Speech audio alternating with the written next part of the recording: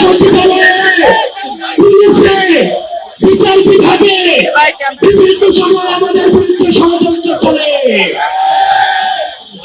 আমরা আপনাদেরকে বলতে চাই, অতীতে ছিল সতীদাহ প্রথা, এখন আমরা দেখছি নদীদাহ প্রথা।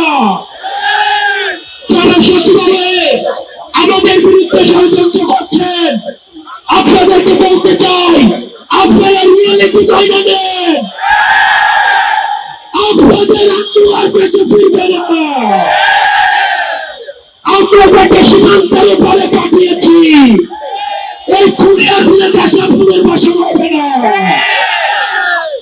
প্রিয় দেশবাসী, আপনারা জানেন গত 16 বছর এই ফ্যাসিবাদী সরকার খুনি আসিল প্রত্যেকটি রাজনৈতিক দলকে ফ্যাসিবাদী শক্তিকে নির্যাতন এবং নিপীড়নের মধ্য দিয়ে তাদের থেকে ভোটাধিকার কেড়ে নিয়েছে। বিএনপি, জামাত সহ ফ্যাসিবাদ বিরোধী যতগুলো শক্তি রয়েছে, আলেমরা রয়েছে, অনলাইন অ্যাক্টিভিস্ট রয়েছে, তাদের প্রাক স্বাধীনতাকে এলান করেছে। আমরা তারা জুলাই গণঅভ্যুত্থানে আমরা নেতৃত্ব দিয়েছি।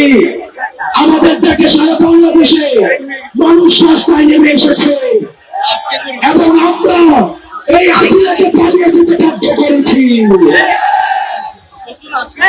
আমরা এই সরকারকে বলতে চাই, আজকে 5ই আগস্টের পরে আজকে এই পর্যন্ত আইন শৃঙ্খলা পরিস্থিতি এখন পর্যন্ত স্বাভাবিক হয় নাই, চট্টগ্রাম এখনো নিয়ন্ত্রণে আসে নাই। আপনি যদি মনে করেন, বারবার বলতে থাকেন সিন্ডিকেট এক হাত থেকে আরেক হাতে গিয়েছে, তাহলে আপনার কাজটা কি? যেখানে সিন্ডিকেটের হাত ধরে দিতে হবে, চট্টগ্রামকে মানুষের নিয়ন্ত্রণে আনতে হবে, আইন শৃঙ্খলা পরিস্থিতিকে স্বাভাবিক করতে হবে। কোন বিপ্লবী গায়ে যদি আক্রমণ করা হয়, এই সরকারকে তার দায়ভার নিতে হবে। আজকে এতদিন হয়ে গিয়েছে, আপনারা জানেন আমরা এখন পর্যন্ত বিচার বহির্ভূত যে হত্যাকাণ্ডগুলো হয়েছে, এই হত্যাকাণ্ডের বিচার নিশ্চিত করতে পারি না। আমরা দেখেছি পিলখানা হত্যাকাণ্ডে, এই পিলখানা হত্যাকাণ্ডে দেশপ্রেমী অফিসারদেরকে এক কলেকশন করে মেরে ফেলা হয়েছে। আমরা চাই অতি শীঘ্রই এই পিলখানা হত্যাকাণ্ডের বিচার নিশ্চিত করতে হবে। আমরা সবাই চাইলাম, আমরা দেখেছি সব রাতের অন্ধকারে লাইট দিয়ে